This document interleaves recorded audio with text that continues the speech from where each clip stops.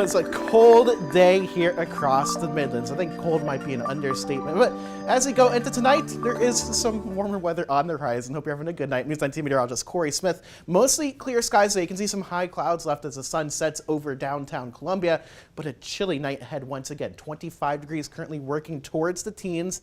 It feels like 17 right now, but the good news is the winds are continuing to die down, and eventually that wind chill is not going to be as much of a factor going forward. But let's talk about today.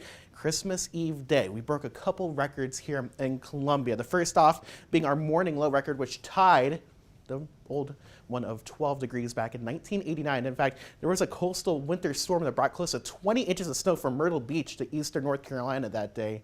Well, we matched that, and then this afternoon, we completely smashed the daytime high record.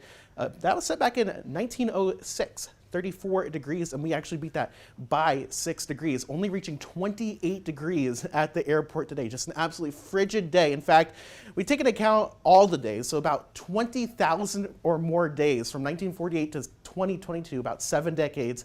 This is now the 11th time ever that we've reached the 20s for a high. So this is an absolutely historic cold blast moving through the Midlands, the Southeast, and really the whole eastern U.S. But as we go in tomorrow, there is some good news. Look at that, above freezing as the time we get towards around noon. But it is going to be another cold start, 16 degrees around 6 a.m. and in the upper teens around 8 o'clock. So any of those kids that get any outdoor presents from Santa, they're going to need to bundle up as they head outside. And if you're heading outside at all tomorrow, just another cold day on the way. The winds are going to be a little bit lower with sunny skies, and we do eventually get above freezing. But before there, some cold temperatures likely in the upper teens instead of the lower teens. They're into the lower 20s by 9 a.m., working towards, I think, the middle 30s in the afternoon. You can see the model gets us there right around 3 o'clock. I think once we get towards noon, we'll be above freezing, which is definitely a sight for sore eyes after all of this cold weather we've been having. And even better news, I think, as we go forward, all this Arctic air in place, that's eventually going to move out here, and we are replacing that with some pretty mild weather for this time of the year. You can see on the upper level pattern that milder, warmer air building into the south as a ridge builds across the southeast. That means our winds are going to direct out of the south as we go towards Thursday, Friday, and even into the New Year's holiday, looking like 60s back in the picture.